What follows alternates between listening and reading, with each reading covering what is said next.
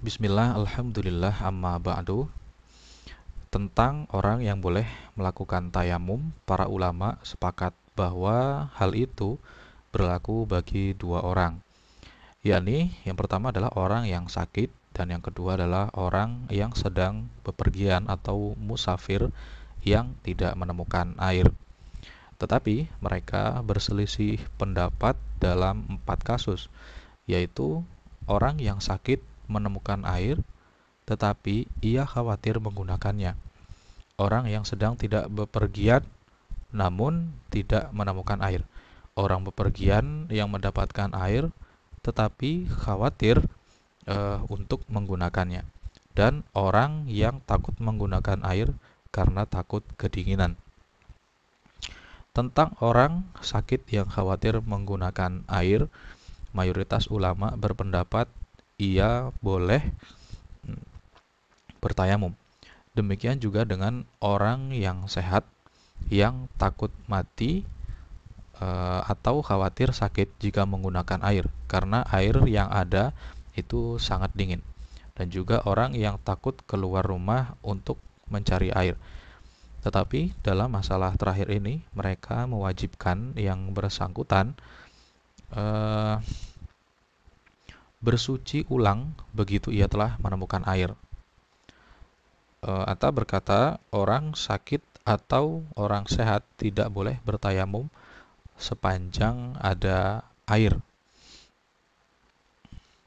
Orang yang tidak sedang bepergian dan sehat tetapi tidak menemukan air, menurut Imam Malik dan Imam Asy-Syafi'i, ia boleh bertayamum. Dan menurut Imam Abu Hanifah, sekalipun tidak menemukan air, dia tetap tidak boleh bertayamum. Sebab perbedaan pendapat di kalangan ulama adalah 4 kasus di atas. Adalah untuk kasus yang pertama ialah perbedaan mereka di dalam hal apakah ada kalimat yang dibuang pada ayat dan jika kamu sakit atau dalam perjalanan. Bagi ulama yang merasa yakin ada kalimat yang dibuang karena selengkapnya ayat tersebut berbunyi, dan jika kamu sakit sehingga tidak sanggup menggunakan air, dan sebuah kalimat yang berbunyi lalu kamu tidak menemukan air, itu hanya ditujukan kepada musafir saja, maka mereka memperbolehkan tayamum bagi musafir yang takut menggunakan air.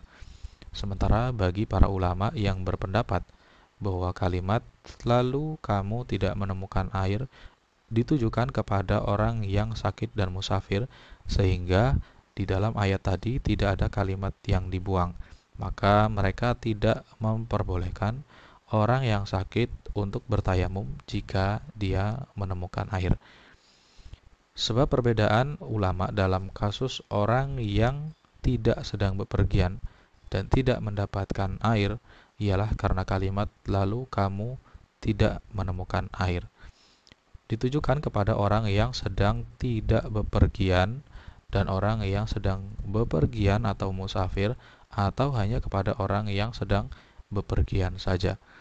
Para ulama yang menganggap kalimat tersebut ditujukan kepada keduanya memperbolehkan tayamum bagi orang yang sedang tidak bepergian.